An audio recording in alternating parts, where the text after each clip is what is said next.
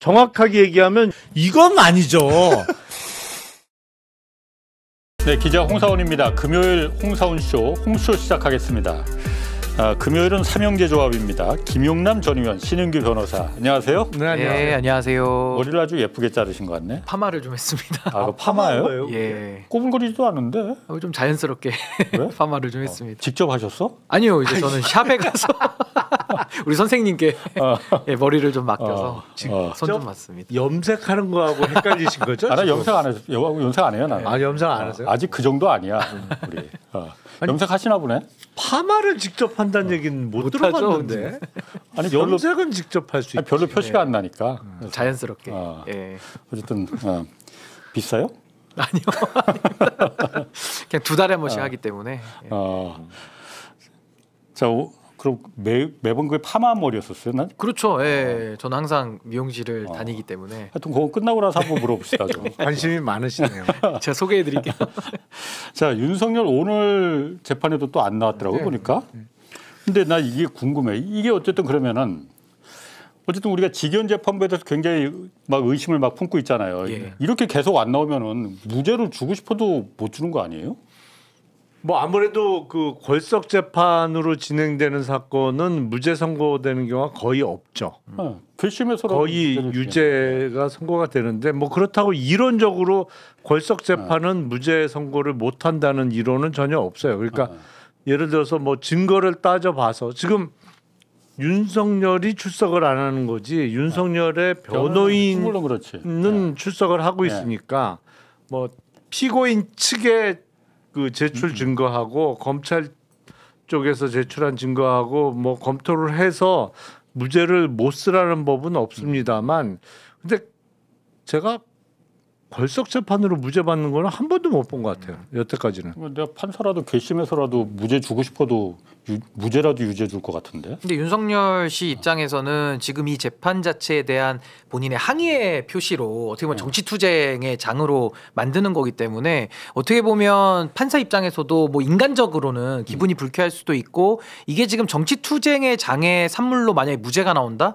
이건 사법부가 그 결정을 내렸을 때에는 아마 뒤치다거리 하기가 쉽지 않을 겁니다. 그래서 저는 뭐 변호인들은 재판에 나가고 있습니다만은 형사 재판의 원칙은 피고인이 직접 그 출석을 하는 거기 때문에 이게 빠진 상태에서는 무죄를 주기는 거의 희박하다라는 생각이 좀 듭니다.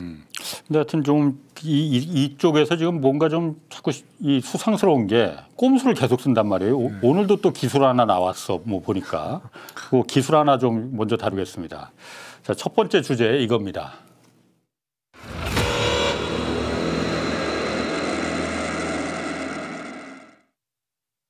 그 김용현 전 국방장관도 지금 내란 재판 지금 받고 있잖아요. 예. 똑같은 직연 재판부에서 받고 있는데 어제 재판 도중에 재판부 그 직연 재판부한테 더 이상 나 이거 재판 못 받겠다 기피 신청을 내버렸더라고요. 그리고 또 그걸 받아줬어 직연 재판부가.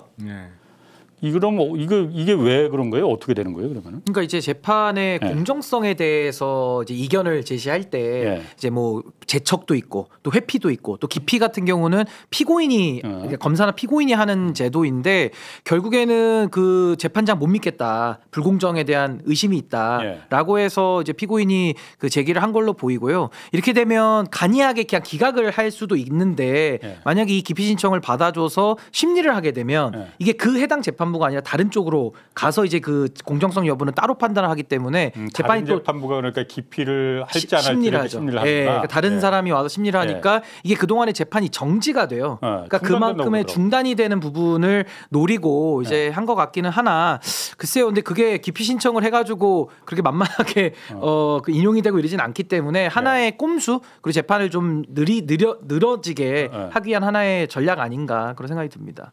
그러니까 그 특검 쪽에서도 이게 고의적인 재판 지연 전략이다. 왜냐하면 이게 기피 신청을 낸 이유가 뭐였냐면 어저께 특검이 그 수사 기록에 가명을 쓴 게 하나 있나 봐요. 수사 기록에 가명을 쓴 게 이거 문제 있다 그래갖고 재판부에다가 이거 안 된다 하니까는 직연 재판부가 그 정도는 괜찮다 재판 계속하겠다 하니까는 나 재판부 못 믿겠다 너무 편향돼 있다 그래서 기피 신청을 내버리고 그걸 직연 재판부가 그냥 받아들인 거거든요. 특검은 그러니까 이거 아까 말한 대로 간이 이거 아무것도 아니니까 그냥 간이 기각 뭐 간이 뭐라더라 간이 기각 간이기각. 이거 해달라 그리고 바로 여기서 결정하면 되는 거 아니야 했는데 직원 재판부가 아니다 이거 공식적으로 하겠다 이렇게 해버렸거든요. 그 수사 기록에 가명을 쓰는 경우는 꽤 많아요. 예. 그게 없는 경우가 아니에요. 꽤 많이 그래요? 씁니다. 그러니까 어. 필요에 따라서 가명을 쓰죠. 왜냐하면 예. 수사 기록은 다 카피가 돼서 피고인 측에도 넘어가잖아요. 그렇죠. 그러니까 특히 좀 제보자의 신원을 보장해줘야 될 예. 경우 뭐 이런저런 사유로 가명을 어떤 경우에 많냐면 마약 그렇구나. 사건에도 많이 써요. 예. 마약 사건에 소위 이제 제보자 뭐 이런 거. 제보자 뭐 이른바 영화도 나왔던 야당 역할을 하는 사람 경우에 거의 다 제 가명을 써요. 그런 건 많아요. 성폭력 범죄도 많고 많습니다.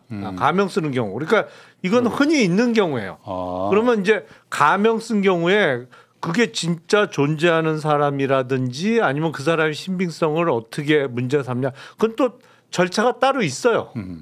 가명 쓰고 그냥 그 사람은 존재하든 안 하든 그걸 증거로 인정하는 게 아니에요.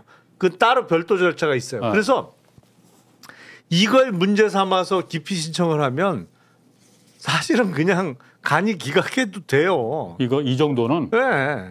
그럼 이거로 지금 재판이 중단이 돼 버린 거잖아요. 네. 이게 중단시킬 정도까지로 그러니까 가명 쓴 게 그 정도 심각한 건 아니라는 거 아니 아니에요? 그건 이상한 일이 아니에요. 그냥 정상적인 거라는 네, 거예요. 많이 있어요. 가명 쓰는 경우. 그럼 이상해지네. 직원 재판부는 그럼 왜 이걸 갖다가 그걸 몰랐나 그러면은 직원 재판부가? 모를 수가 있나요? 그래도 판사 생활을 꽤 해서 지금 중앙지법 부장인데. 하여튼 지기현 재판장이 지금 하고 있는 이 모든 재판의 과정에서 예. 너무 이상하고 희한한 게 많아요. 그러니까 구속 취소 인용 결정부터 해가지고 윤석열한테 특혜 베풀어준 거 포함하고 또 지금까지 재판을 하면서 걸석 재판으로 윤석열에 대해서 사실 구인장도 발부를 안 했던 그렇지. 이 모든 예. 것들이 정말 희한한데 이번에 이 기피 신청 받아준 부분도 그러게. 저는 이거 재판이 중단이 되기 때문에 정지가 되기 때문에 예. 이것도 굉장히 좀 이상한 저 결정 아니냐. 예. 물론 그 의도까지 우리가 지금 뭐 좀 100% 확신을 갖고 얘기하기는 좀 어려운데요. 이상하죠.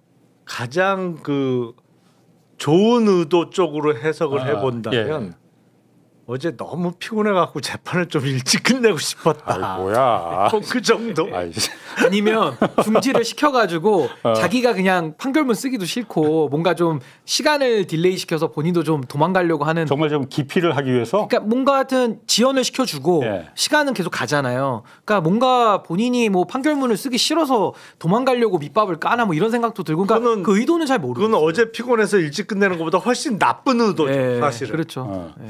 아니 이게 그래서 특검도 아마 똑같은 그 항변을 한 것 같아요. 이거 아무것도 아니다. 원래 정상적인 거다 했는데 많이 해요. 그래서 그냥 간이기각 해달라 했는데 바로 현재에서 간이기각 해달라. 야 되도 않는 소리 하지 마 하고서 그냥 재판 계속 하면 되는데 재판을 중단시켜 버렸다는 거예요. 자 그러면 이게 아까 말한 대로 다른 재판부가 이걸 갖다가 기피 신청을 해줄 거냐 말 거냐 결정을 한다는 거잖아요. 그 심리를 하는 시간이 얼마나 걸려요? 글쎄 그렇게 뭐 오래 걸릴 것 같지 않기는 한데 네. 그래도 재판 자체가 중단이 되는 건 맞기 때문에 네. 어쨌든 재판의 신속성을 놓고 보면 이거 꼼수는 분명하죠. 그러니까 어제 재판도 그래서 좀 일찍 끝났어. 그래서 거기서 그냥 중단이 돼버려갖고. 그렇죠. 참 이게 그러니까 기피가 만약 받아들여지면은 다른 재판부로 그럼 배당이 되는 거겠네. 근데 그럴 가능성 거의 그런 없- 기피 그러니까. 신청 받아들여지는 건 거의 못 봤어요, 제가. 그래서 오늘 그 윤석열 그 재판했을 때 오늘 윤석열 안 나왔잖아요. 내란 특검에서 그래서 야 이거 또 꼼수 이렇게 기술 들어가면은 우리도 그럼 하나 하겠다 그래서 지금 윤석열 재판이 일주일에 한 번꼴로밖에 침대 재판 하고 있잖아요. 그래서 저쪽 김용현 재판 당시 직원 재판부가 같이 맡고 있으니까 저거 안 하는 걸 우리한테 줘라. 그래서 여기를 갖다 기일을 더 잡아달라 윤석열 재판을 이렇게 요청을 했더라고요. 근데 이걸 갖다가 변호인 측하고 한번 그 직원 재판부가 변호인 측하고 그러면 논의를 해보겠다. 이거는 원래 논의를 하는 게 맞습니까? 재판 기일을 잡으면서 변호인 그러니까 뭐 추가 그럴 기일을 수는 더- 있죠. 추가 기일을 잡으면서 예. 그 변호인에게 그날 나올 수 있냐고 확인하는 경우는 가끔 있어요. 그러니까 왜냐하면 그 변호인이 아니면 윤석열이. 아니 윤석열은 어차피 안 어차피 안 나오는 나오고. 거고, 그러니까 그 변호인들이? 윤석열의 변호인들이 예. 그 나올 수 다른 있냐? 뭐 재판이 있거나 그래서 못 나올 수 있잖아요. 예. 그러니까 이날 재판기일을 새로 잡으려고 하는데 이날 나올 수 있냐라고 확인하는 경우는 가끔 있죠. 근데 근본적인 문제는 뭐냐면 지금 윤석열 재판, 뭐 김용현 재판 뭐 따로따로 돌아가잖아요. 예. 노상원도 병합을 해. 그러니까. 처음부터 병합을 했어야죠. 그러니까. 그래서 따로 해. 한 사건으로 병합을 해서 한 사건으로 병합된 거를 월수금 3번을 했어야지 일주일에. 예. 왜냐하면 주요 부분이 다 겹치잖아요. 그러니까. 이게 증인도 네. 상당 부분이 겹치고. 겹치거든. 예. 등장인물이 다 똑같으니까 뭐 어차피. 그걸 왜 안 하는지 이해가 안 돼요. 왜 안 하는 거예요, 그럼? 그거? 모르겠어요. 병합을 하는 거는 누가 결정하는 거예요? 재판부에서 직원 결정하는 재판부가 거죠. 그냥 결정하는 네, 거예요? 네. 안 하는 거는 우리가 의심하는 그거네 그러면은. 계속 이게 뭐 지연시켜서 지연시키겠다는 예. 거야. 내가 선고를 안 내리겠다 뭐 이 의도도 있는 것 같고. 그러니까 자기는 이제 도망가고 싶다는 의사 표시일 수도 있고 아니면 재판의 진행을 상당히 좀 뭐랄까 더디게 진행함으로써 뭔가 이렇게 속도를 계속 그 늦추면서 뭔가 이렇게 진실이 밝혀지는 것들을 좀 지연시키는 뭐 그런 효과. 그러니까 지기현 재판장의 지금 일련의 행동은요 정말 잘 설명이 안 돼요. 그러니까 지금도 사실 이 정도까지 뭐 룸사롱까지 갈 필요도 없이 그것도 물론 문제죠. 결과 발표도 안 하니까 사법부가 이렇게까지 신뢰가 추락당하고 지기현 조이대 이 둘 때문에 이 지경이 됐는데도 전혀 사법부가 조치를 안 하잖아요. 그래서 이게 뭐 재판 진행하던 판사에 대해서 중간에 직무 배제하고 뺀 예가 없느냐 수두룩하게 많아요. 판사들도 중간에 뭐 옛날에도 뭐 성매매하다가 걸린 판사 뭐 많거든요. 예. 그럼 다 직무 배제시키고 감찰하고 그 재판은 다른 사람이 해가지고 신뢰를 보장하면서 사법부가 늘 사법행정을 해왔는데 이번에 이 지기현 사건은 가장 중요한 이 내란 수계와 내란 일당들을 재판하면서 이 문제를 다 만들어 놓고 수습도 안 한다.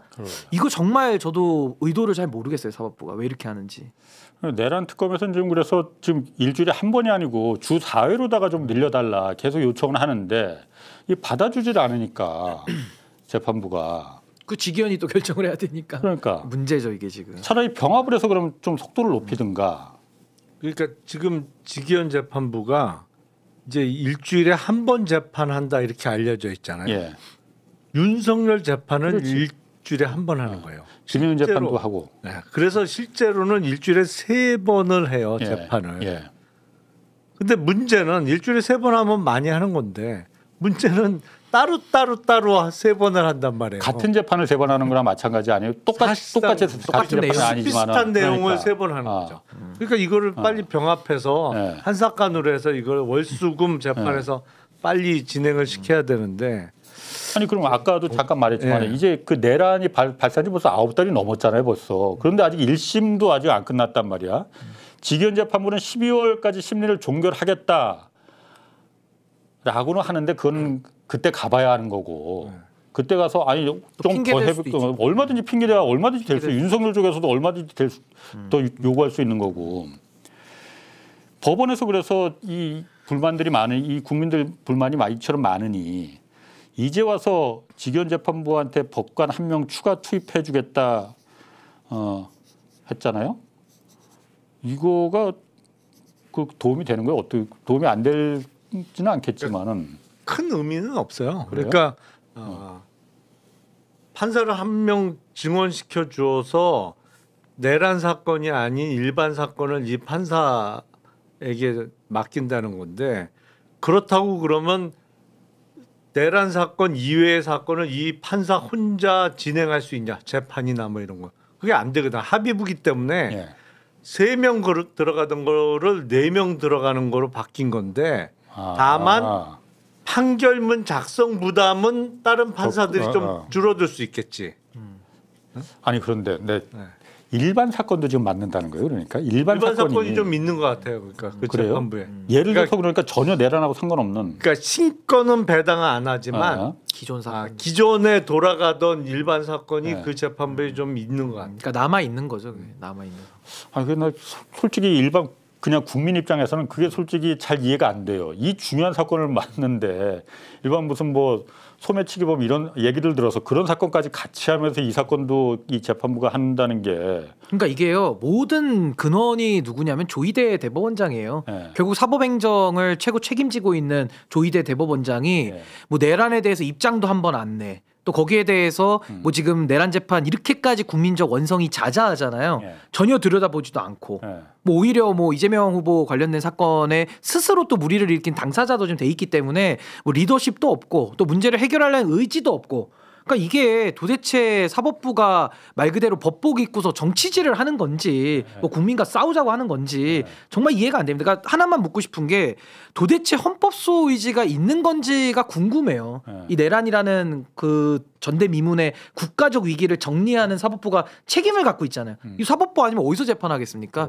근데 그걸 가지고 독립성만 운운할 게 아니라 독점적 권한을 가진 주체들로서 어떤 헌법소에 대한 의지, 국민적 열망에 부응하는 모습이 일이라도 보여야 되는데 지금도 법관 하나 늘려놓은 게 무슨 의미가 있습니까? 결국 직위원 재판장을 앉혀놓고 이 문제를 그대로 유지하면서 가겠다는 거기 때문에 오히려 저는 혹을 때려다가 혹을 하나 더 붙여주는 격 아니냐. 별로 의미가 없다고 보여집니다. 아니 이제 그게 재판 시스템이 좀 다른 문제인데 그 미국을 비롯해서 많은 나라는 이제 집중 심리제를 해요. 그래서 사건이 동시에 여러 건이 돌아가는 법이 없어요. 그러니까 예를 들어서 재판기를 딱 정하잖아요. 예. 그러면 연달아서 재판을 먼저 끝내고, 결체해요. 그래서 이 건이 끝나면 다른 사건을 또 시작해서 연달아서 하는 거야. 아, 같이 하는 게 아니고. 예. 근데 우리는 그런 시스템이 아니고 예. 한 재판부에 뭐 수십 수백 건이 돌아가요. 갖고 있어.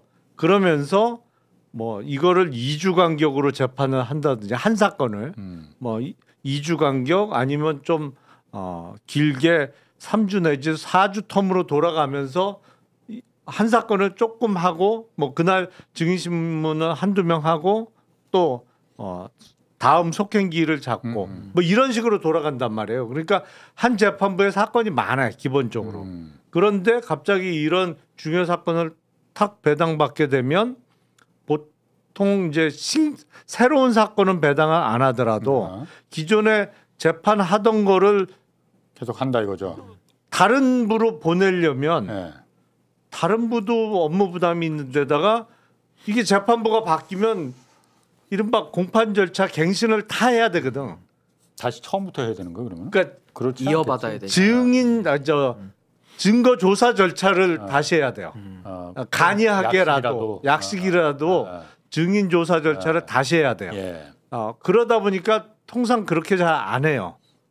이게 그러다 보니까 이번에는 그런 문제가 생긴 거지 사실은 이게. 그래서 지금 이게 내란 전담 재판부 얘기가 그래서나 이제 나오는 것 같은데 진작 처음부터 좀 이렇게 했으면 이 중요한 사건을 갖다가 어떻게 다른 자범 사건들하고 같이 이거 하면서 나 그 부분이 솔직히 말해서 일반 국민 입장에서 잘 이해는 안 돼요. 그러니까 그게. 재판에서 대원칙이 두 개잖아요. 신속과 공정의 원칙인데 예. 신속의 면에 있어서도 이거는 지금 국회가 나설 게 아니라 원래 사법부 스스로 그렇지. 해야 될 일인데 그렇지. 안 한 게 문제고요. 그리고 공정의 문제에 있어서도 아니 직위원 재판장이 아무 문제 없는데 국민들이 문제를 만약에 제기한다 그러면 이거 사법부 흔들기가 맞아요. 그렇지. 근데 직위원 스스로 윤석열 탈옥 절차에 기반을 마련해 준 사람 아닙니까? 예. 물론 심우정도 같이 했지만 예. 그러면 그 형사소송법의 날과 시도 구분 못하는 수준의 판사가 내란 수계의 이 가장 중요한 재판을 판단한다? 그러네. 만약에 고의로 그 잘못 재판했다 그러면 이건 윤석열과 한패거리고 실수로 만약에 그런 재판을 했다?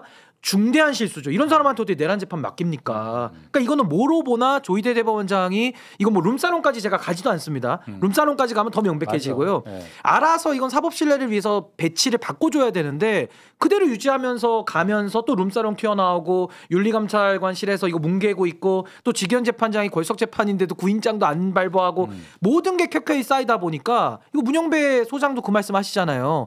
사법에 대한 그 우리가 인식에 있어서 이거 재판부가 스스로 이 부분은 좀 자정을 해야 된다. 판사들도 그러고 있어요. 그리고 조희대 대법원장에 대해서는 제 얘기가 아니라 법원 노조가 이미 입장을 2번이나 냈고 또 판사들이 실명 걸고 그 입장 내기가 얼마나 부담스러운지 다들 아시잖아요. 근데 그것도 복수의 많은 판사들이 이런 문제 제기를 하고 있다면 최소한 한 번은 좀 돌아봐야 되는 거 아니냐 본인들을 이 중요한 일을 처리함에 있어서 그 부분이 정말 안타깝습니다 진짜. 그러니까 사법부가 처음부터 그런 인식에 대해서 스스로 인식을 하고 이게 중요한 재판이니까 따로 이거는 매우 중요한 재판으로 생각을 해야겠다 해서 했으면은 우리 국민들이 이렇게 생각 안 했을 그렇죠. 텐데 네. 일반 자범하고 똑같이 일부러 의도가 있다고 보여지는 거잖아요. 일부러 자범들하고 똑같이 해서 일부러 재판을 천천히 그냥 처삼천 벌초하듯이 그냥 이렇게 지연을 시켜버리니까 내란 전담 재판부라는 게 저게 야 어째 법원이 있는데 왜 내란 전담을 따로 만들어 이 우리에도 동의를 하는 거잖아요. 그리고 하나만 더 추가하면 결국 그 의아한 결정들이 모여서 다 윤석열한테 유리하게 나와요. 그게 국민들이 속이 뒤집어지는 거고 그럼 이거 사법부가 내란 봐주자는 건가? 그거 왜 봐주지? 뭐 조희대가 사실상 내란 수계가 임명한 내란 인사라서 봐주는 건가? 이제 이런 의구심이 계속 나오는 겁니다. 이건 합리적인 의심이거든요. 그렇죠. 그럼 이거를 사법부가 스스로 자정을 했더라면 여기까지 오지가 않을 일인데 자꾸 그 위헌적 행위들이 고쳐지지 않으니까 국민들은 의구심을 제기할 수밖에 없는 거죠. 그 내란 전담 재판뿐이 아니고 지금 그 민주당에서 그 세 특검 모두 이제 전담 재판부를 만들자고 어제 발의 법안을 냈잖아요. 그러니까 김건희 특검하고 순직 해병 특검까지 세 특검 전부 다. 그러면은 거기서 이제 그래 뭐 위헌성 여부 그것 때문에 국회 추천을 빼버리고 이제 법무부 추천으로 하고 이제 판사 회의 그리고 변호사 협회 이 세 기관에서 이제 판사를 추천하는 거로 이렇게 되면 어떻습니까? 이 위헌 논란이나 이런 얘기는 좀 없어질 수 있으려나 어떻습니까? 솔직히 말씀드리면 더 이상해졌어요. 그러니까 이게 사법부가 스스로 해결 안 하니까 지금 이렇게 그러니까 대안을 논의하고 있는데 문제가 계속 꼬이는데 예. 사실은 우리는 이제 이른바 전담 재판부, 뭐 특별 재판부 이런 거는 해본 적이 없죠. 예. 우리 헌정사에서 3번 있었다는 거잖아요. 반민특위. 반민특위. 예. 이거는 아예 판사들도 아니에요. 이 사람들은 법관들이 아니에요. 지역에서 뽑은 사람들이에요. 근데 헌법에 근거 조항을 집어넣어서 했어요. 그리고 4.19 혁명 이후에 3.15 부정선거 처벌을 위한 그 특별 재판부, 특별법원이 있었고 그리고 5.16 후에도 있었어요. 예. 근데 이거는 그냥 위법적으로 한 거야. 그냥 이거는 헌법적 근거도 없어. 쿠데타 때 한 거니까. 나중에 집어넣었어. 예. 그러니까 재판부터 해놓고 나중에 근거 규정을 집어넣었어. 이건 논외로 하고. 근데 앞선 2번은 헌법의 근거 규정을 만들어서 했단 말이에요. 예. 그러니까 위헌 논란이 아예 없었어요. 그 헌법의 근거 규정이 들어가 있었으니까.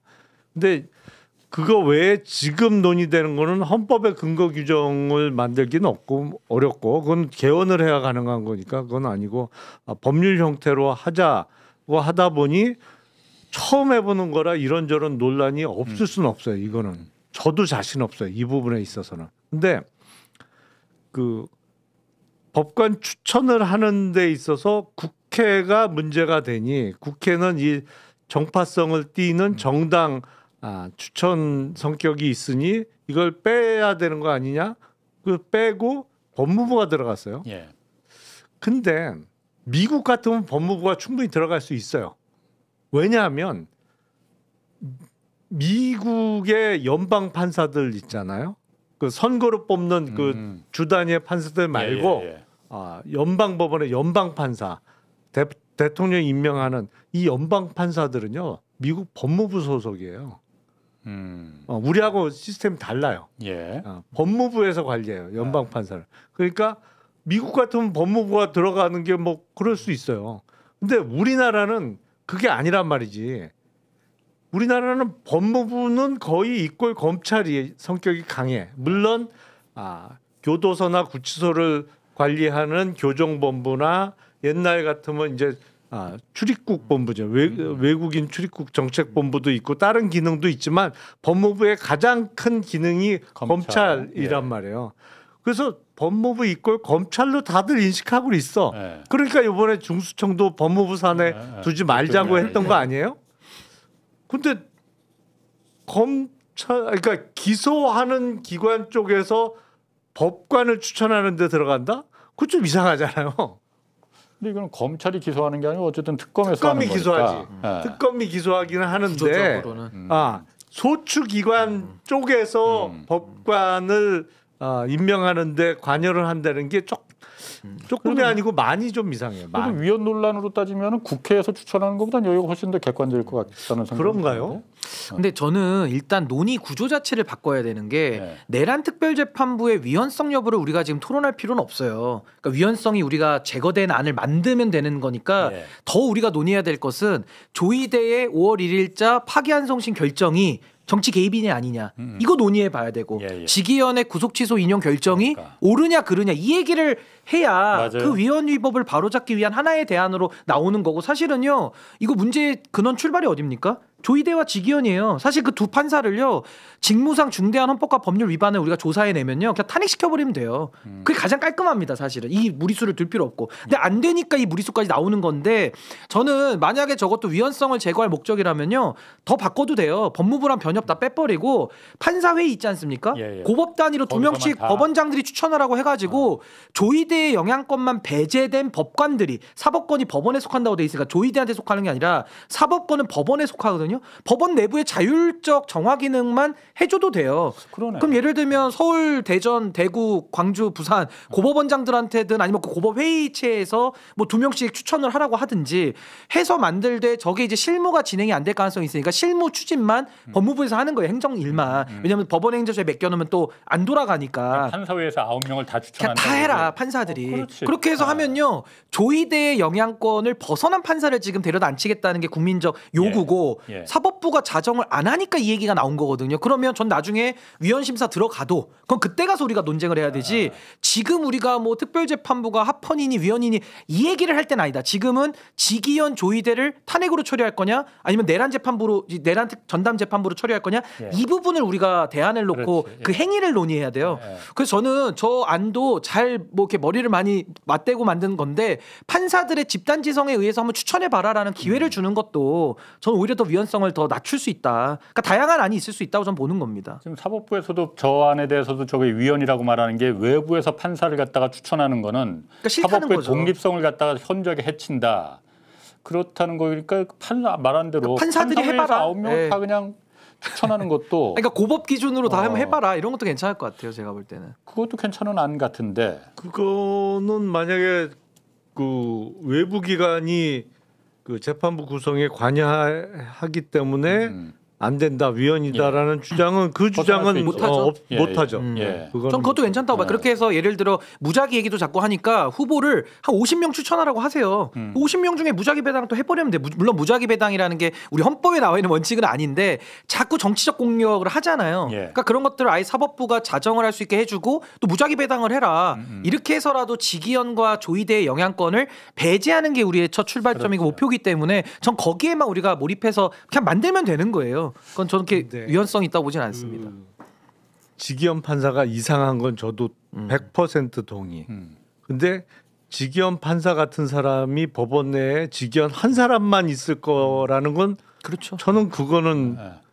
아닐 가능성도 높아 보여요. 그래도 어쨌든 우리가 판사회의나 아까 말한 대로 그 외부 독립기관이 아니라면 판사회의의 그 지성은 집단지성은 우리가 믿어줘야 되는 거 아니에요? 그것까지 만약 못 믿으면은 아니 그리고 이 차이가 너무 있죠. 비참해지잖아. 직위원은 이미 긁은 복권인데 꽝인 거고 예. 다른 판사들은 아직 긁기 전에 복권이니까 예. 뭐가 될지는 모르죠. 그러니까 그거를 가지고라도 우리가 보완적 조치를 해야지. 그럼 이걸 가지고 다 두 손 두 발 놓고 있고 그냥 직위원이 알아서 하게끔 구경만 하다가 나중에 이제 최악의 결과 직위원이 뭐 문제를 하나 꼬투리 잡아가지고 뭐 무죄로 해준다든지 공소기각 한다든지 이런 불안감이 있는 거고 충분히 그러고도 남을 사인은 이미 충분히 줬거든요. 직위원이나 조희대가. 그러니까 저는 이 부분에 대해서는 우리가 한 번도 안 가본 길이기 때문에 최대한 위헌성을 제거해서 만든다. 그 대원칙에만 우리가 부합한다면은 저는 헌재 가서도 이건 뭐 해볼 만한 문제다라는 생각이 좀 듭니다. 왜냐하면은 아까 말씀하신 대로 또 다른 직위원이 없겠느냐 당연히 있을 수 충분히 있죠. 있을 수 있죠. 그런데 네. 직위원하고 입장이 상황이 다른 게 직위원은 이 상황이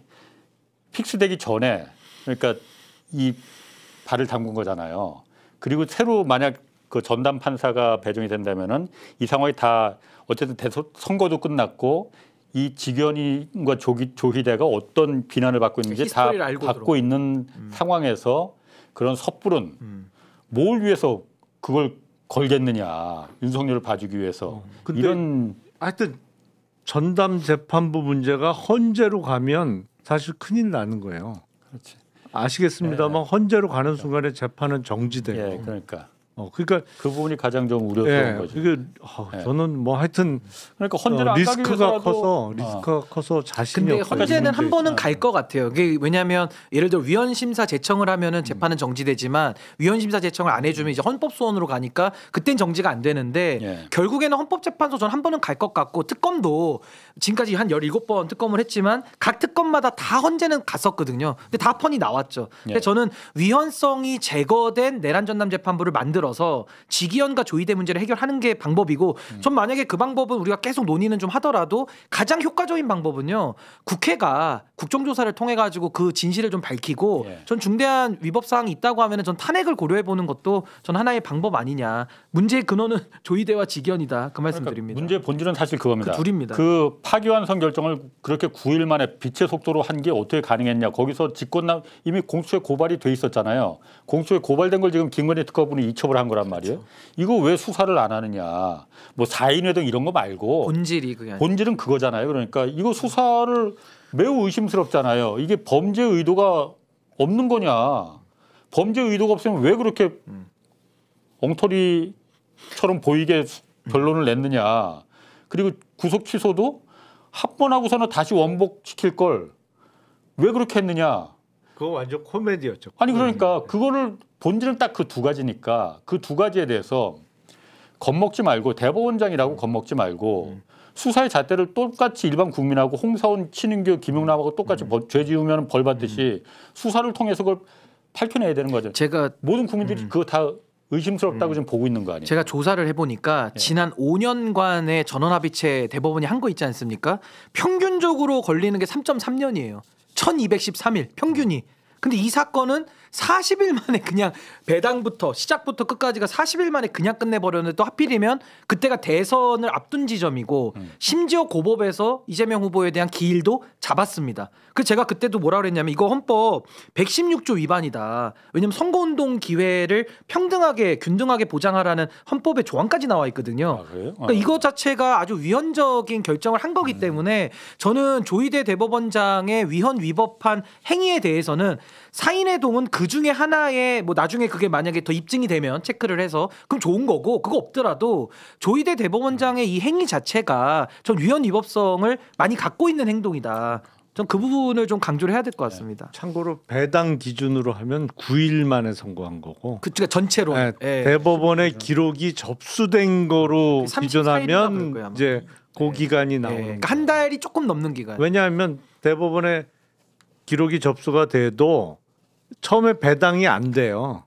왜냐하면 상고유서 제출하고 그거에 대한 또 답변서를 받아야 이제 그때 가서 배당이 되는 것이거든요. 그러니까 배당 기준일로 하면 9일 만에 선고죠. 근데 이게 어떤 법조인이 이 상황을 놓고 문제 없다고 말할 법조인은 없어요. 있으면 그건 진짜 변호사 자격 좀 뺏어야 된다고 봅니다. 왜냐하면 아니 다른 상고심과 너무 일단 형평이 다르게 한 것이고 더더군다나 대선을 앞두고 가장 국민적 지지를 많이 받고 있는 후보. 그러니까 사실상 이거는 정적 제거에 사법부가 동원됐다고도 봐야 되거든요. 네. 이거 어떻게 이거를 이 정도 판결은 이례적인 범위 내에서도 할 수 있다라고 전 주장하는 법조인이 과연 있을까? 저는 없다고 봅니다. 그게 가능합니까? 그게 현실적으로? 그러니까 그거는 수사의 대상이 저는 본다고 생각하는 거거든요. 일반인의 입장에서 봤을 때도. 너무 이상하잖아요. 그러니까 이걸 왜 수사를 그럼 공수처가 다시 갖고 와서 수사를 하든가. 김건희 특검이 지금 바빠서 못하면은 아니면 용기가 없어서 못하면은. 그리고 더 웃긴 건 뭐냐면 조희대 대법원장은 그러면 우리가 이러이러해서라고 했다라고 반박이라도 좀 해명이라도 해줘야 되는데 아무 얘기도 안 하잖아요. 뭐 내란에 대해서 내란 잘못됐다 한마디도 못한 거는 뭐 그냥 인간적 비겁함이라고 치더라도 자기가 한 행위에 대해서 국민들이 의구심을 가지고 합리적으로 묻고 있는데 여기에 대한 답도 안 해요. 그러니까 이거는 어떤 오만함인가. 아무리 사법부가 정말 독립이라는 걸 외치더라도 자기들이 이례적인 일, 이상한 일을 해놓고서도 그냥 뭉개고 간다? 이건 국민에 대한 예의가 아닌 것이죠. 첫 번째 주제에서 다룰 게 또 많았는데 두 분이 하도 이빨이 세셔갖고 두 번째 주제로 넘어가야겠어. 다 다루지도 못하겠네. 아니 그렇다고 뭐 털지 말라는 얘기는 아니에요. 워낙 중요한 얘기니까. 그러니까. 자, 다음 주제 이겁니다.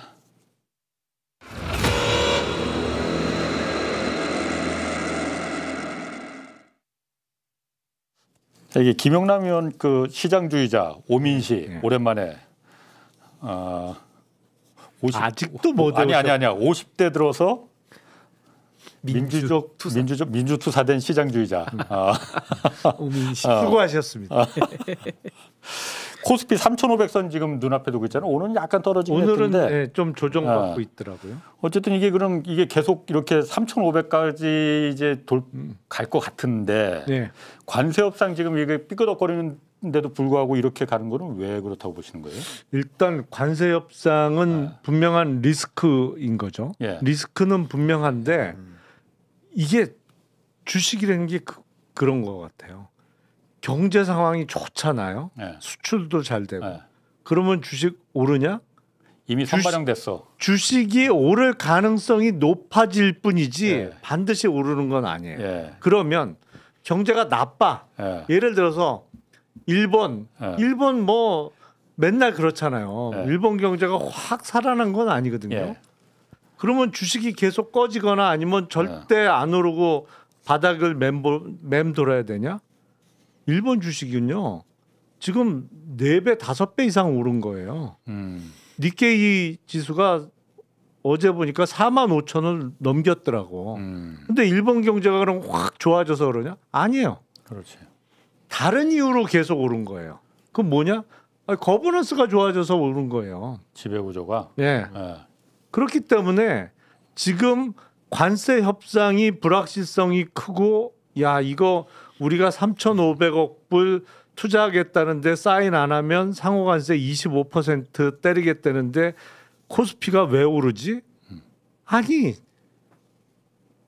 그런 이유로 쌌던 것도 아니고 그게 해소된다고 비싸진다는 보장도 없는 거야. 다른 이유는 뭐냐? 거버넌스는 확실히 좋아질 것 같거든. 그러니까 이거는 정책 이슈로 오르는 시장이에요. 지금 주식시장, 한국 상법 주식시장. 개정에서 상법 개정을 말하는 거예요, 그러니까. 상법 개정을 포함해서 예. 지금 이재명 정부에서 그동안 뭐랄까요 지배주주들의 의지대로 움직였던 주식시장을 이제는 지배주주 마음대로는 못한다라는 쪽으로 계속 법률도 개정을 하고 정부 정책도 그 방향으로 간다라는 정책 이슈 때문에 오르는 거죠. 지금 한국 주식은. 그럼 지금 이재명 대통령이 어젠가 그때 증권사 리서치 센터장들 다 불러서 모았더라고요. 그 국장 복귀 여태까지 이제 국장 탈출은 지능순이라고 그 말 많이 했었잖아요. 그런 근데 말이 많았죠. 그래서 미국장으로 다 미국 주식으로 다 갔는데 국장 복귀를 지능순으로 만들겠다.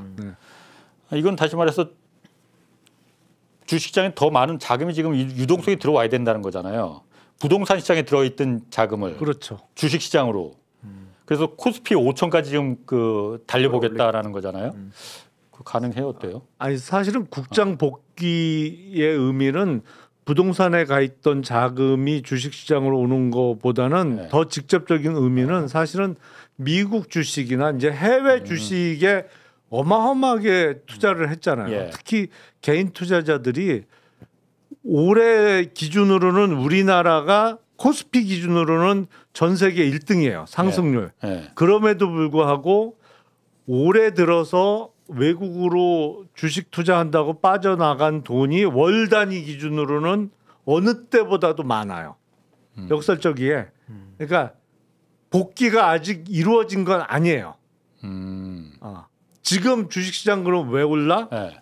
외국인들이 들어오기 시작했어요. 내국인의 자금이 아니고 외국인의 자금이에요? 물론 국내 그 주식 투자자들도 그 예탁금이나 이런 게 늘어났는데 늘어나겠죠. 예. 그거를 미국 시장에 투자했던 돈을 회수해서 국내 시장에 넣는다기보단 주식 안 하던 돈이 들어온 게 좀 있는 거지 미국 주식 시장은 계속 나가고 있어요. 돈이 아직 돌아오진 지금도. 않았다? 예, 돌아오지는 않았어요. 그렇기 때문에 근데 아직은 신뢰가 좀 부족한 거죠. 신뢰가 신뢰가 그러니까 실력이라고 하는 줄 알았어. 신뢰 한국 주식 시장에 대한 신뢰가 아직은 부족한 거예요. 근데 이게 앞으로도 이 추세가 계속되면 한국 주식이 제일 낫구나라는 믿음을 갖게 되면 미국 주식 팔아서 달러로 주식 팔아서 생긴 달러를 원화로 바꿔서 그 돈으로 국내 주식시장에 투자하겠죠.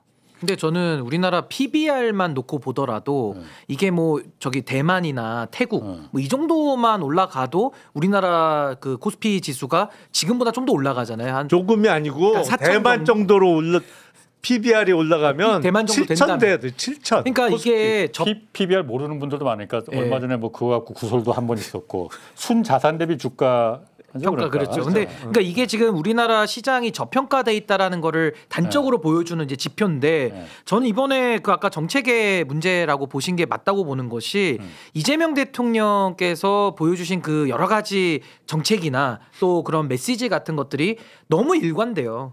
너무 일관될 뿐만 아니라 그 주식시장을 살리고야 말겠다라는 의지. 그러니까 그냥 코스피 5천이라는 게 단순한 무슨 허상의 숫자가 아니라 진짜 임기 내에 어렵지만 이거 돌파하겠다라는 의지를 전 시장에 보여줬다고 생각하거든요. 그래서 지금도 뭐 조금 있다가 이제 상법에 대한 뭐 좀 더 보강된 여러 가지 제도들 개혁이 더 나와야 되겠습니다만은 지금 수준만 우리가 해도 이 정도로 저는 시장이 벌써 반응을 한다. 그러니까 그 전에 우리 한국 주식시장이 좀 아니었던 거죠. 너무 매력이 없고 영 아니었던 것이 전 이재명 대통령 들어와서 이거는 상당히 저는 거둬놓은 전 성과 아니냐. 저 그런 생각이 듭니다. 그러니까 잠깐 언급됐던 PBR이라는 게 주가 순자산 비율이잖아요. 그러니까 부채 빼고 알토란 같은 순자산하고 주가의 비율을 나타내는 건데 우리나라가 이제 엄청 주식이 올해 들어서 많이 올라갔고 PBR 한 1.1 정도 돼요. 1.1. 지금 1.1. 대만이 얼마냐면 대만이 한 2.45 이 정도 됩니다. PBR이. 그러니까 대만이 우리보다 2배 이상 높아요. PBR 기준으로. 미국은 뭐 4를 훌쩍 넘어가니까 거기는 뭐 완전히 딴 사람 우리가 PBR 1.1이라면은 기업이 갖고 있는 순자산이 100억이라면은 그 기업의 주식을 전체 팔아도 그것도 100억, 110억이라는 얘기네요. 그렇죠. 그러니까 대만은 주가가 주식 총액이 2,240억이라는 얘기고. 그렇죠. 그 정도 된다는 얘기죠. 근데 대만이 사실은 우리는 대만을 조금 만만하게 보는 경향이 있는데 왜냐면 예전에 좀 그랬죠. 왜냐면 인구도 우리 절반밖에 안 되고 뭐 그러다 보니까 GDP 규모가 훨씬 우리보단 작아요. 근데 대만이 왜? 대만이 그렇게 된 거는 8알은 TSMC 덕분입니다. TSMC. TSMC가 워낙 거버넌스가 좋아요. 왜냐하면 TSMC가 물론 지금 대만 전체 주식 시장에서 TSMC가 차지하는 비중이 50%가 넘어요. 그러니까 대만 주식 시장은 그냥 TSMC 주식 시장이라고 봐도 과언이 아닐 정도인데 이 TSMC를 설립한 설립자가 지금은 은퇴를 했는데 경영권을 자기 아들에게 물려준 게 아니에요. 그래? 그 아들은 TSMC에 아예 근무를 안 해요. 어떻게 물려줬느냐? 가장 경영을 잘 할 것 같은 사람들 중에 경쟁을 시켜서 그 중에 고르고 골라서 뽑은 거예요.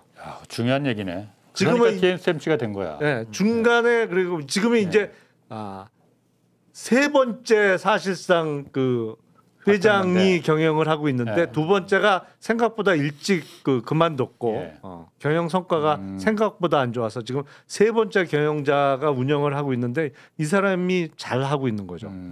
그러면서 TSMC가 워낙 PBR도 높고 주가도 높고 시가총액도 커지니까 대만 주식시장이 이렇게 커진 거예요, 사실은. 그러니까 그 거버넌스가 그렇게 중요한 게 그럼요. 우리나라하고 정확히 대비가 되는 거잖아요.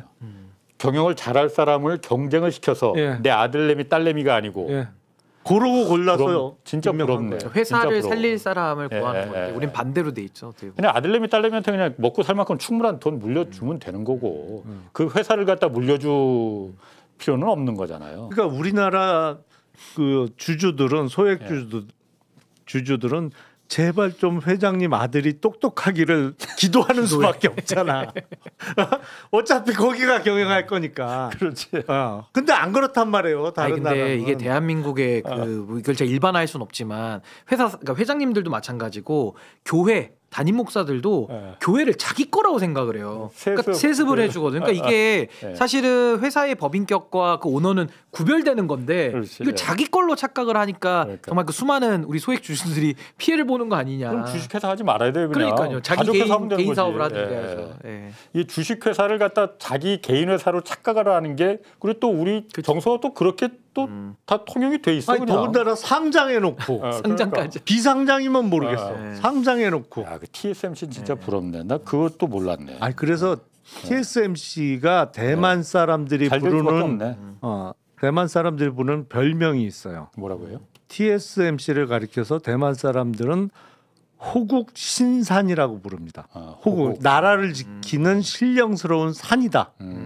그 정도로 절대적인 위치를 차지하는 거예요. 그만큼 또 그런 지배 구조에서 또 어떤 그 오너의 욕심을 부리지 않고 네. 사회에 공헌하는 사회 공헌하는 거잖아요. 그러니까 호국 신산이라고 불려진 네. 거잖아요. 어쨌든 지금 어쨌든 주가 올라가는 건 말씀하신 대로 정책 효과가 맞는 것 같아요. 상법 이재명 개정하고. 정부가 만든 상승장이에요. 이거. 그런데 지금 그 후속 작업으로 지금 상법 개정 후속 작업 중에 하나로 지금 배임죄 폐지 추진하고 있잖아요. 배임죄. 네.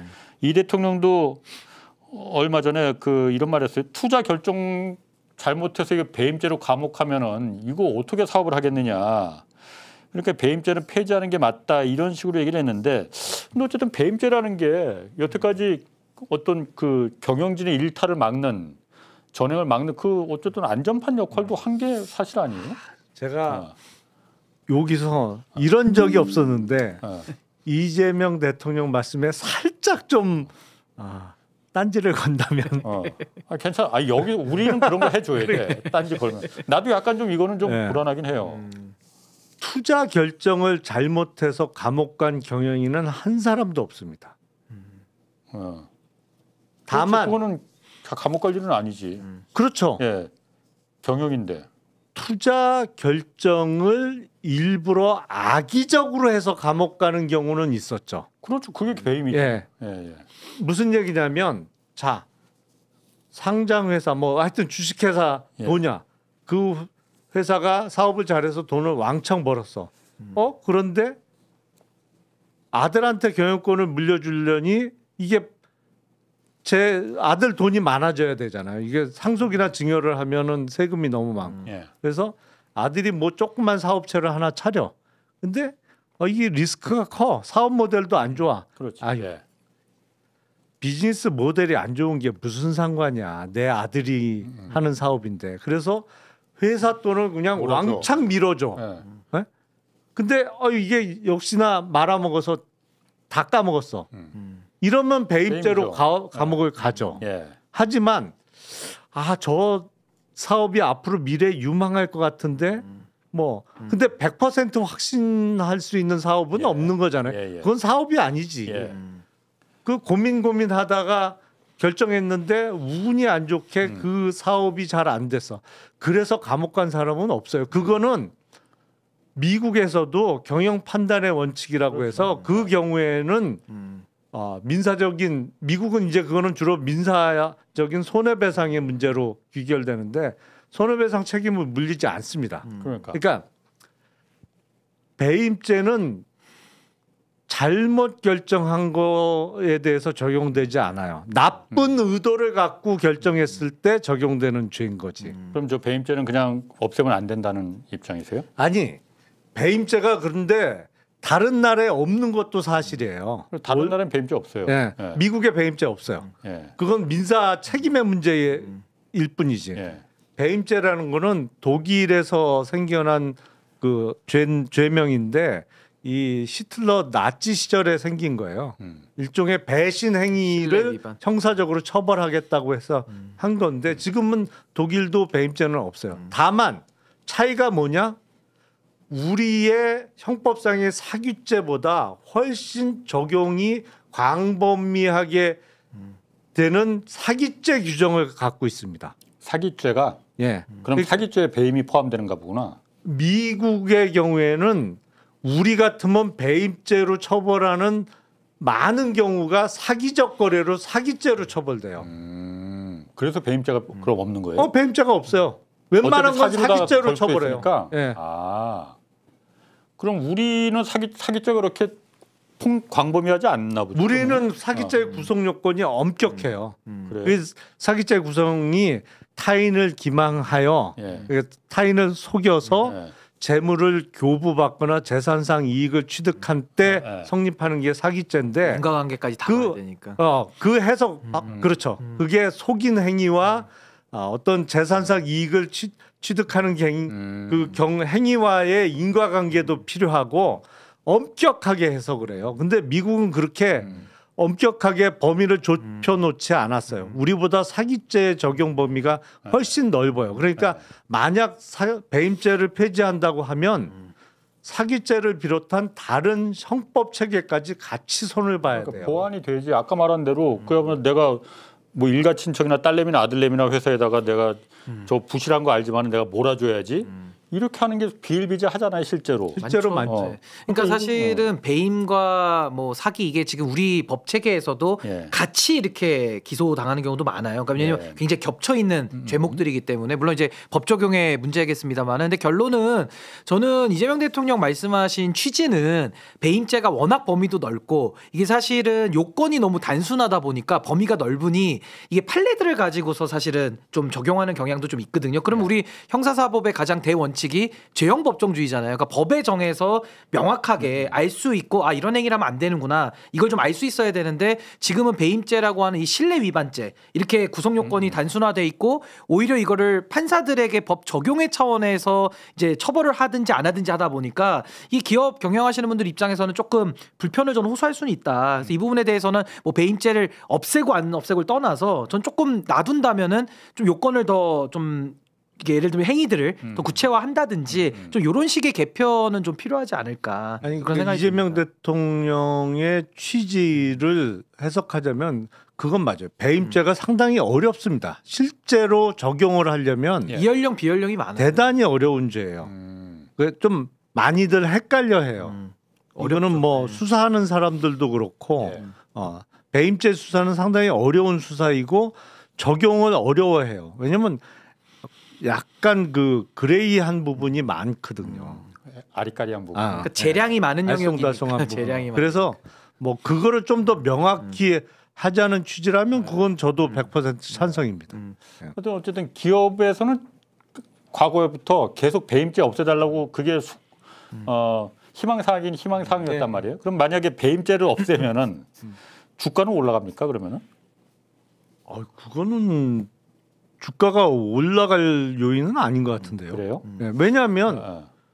그 경영권을 갖고 있는 사람들의 어떤 다른 주주들에 대한 배신적 행위를 처벌할 수단이 없어진다는 건데 이건 주가하고는 그럼 상관없이 그렇죠. 그러니까 어쨌든 그거는 그 산업 정책하고 기업 정책하고 그러니까 연관이 그렇죠. 그건 뭐 주가가 올라갈 영향은 아닌 것 근데 이런 건 있겠죠. 네. 이제 기업의 거버넌스를 고쳐야 주식시장이 좋아지는데 네. 그렇기 위해서는 이제 재계의 협조도 좀 필요하니까 네. 그 목소리를 좀 들어준다는 차원에서는 좀 의미가 있는 것 같고 네. 저는 뭐 구속 요건을 좀 더 이렇게 엄격하게 하는 그러니까 죄형 법정주의를 지키는 그런 명확성을 좀 높이는 노력은 좀 필요하지 않을까. 왜냐하면 이게 검찰 입장에서도 재량권이 많으면은 또 표적 수사를 할 수도 있는 거고 예. 또 거기에 대한 판단 재량이 판사가 많으니까 어떻게 보면 약간 보이지 않는 손들의 개입이 더 많이 작용할 수 있는 뭐 정관예우나 이런 부분들. 예. 그래서 저는 기업의 애로사항도 조금은 귀 기울여 들을 필요는 있다 그런 생각이 듭니다. 주가랑은 상관없더라도.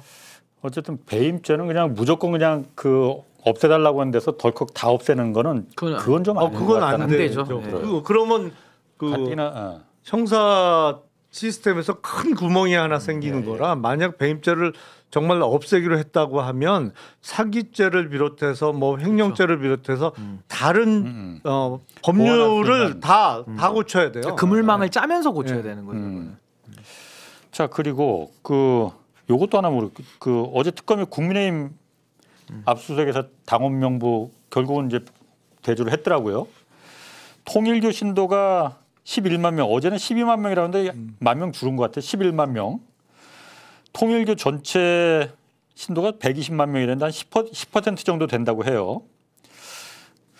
야, 그 이게 언제 그 통일교 신자들이 언제 국민의힘에 단체로 가입했느냐 이게 제일 중요할 것 같은데 그렇죠. 이거 파장이 클 것 같은데. 제가 보기에는 어.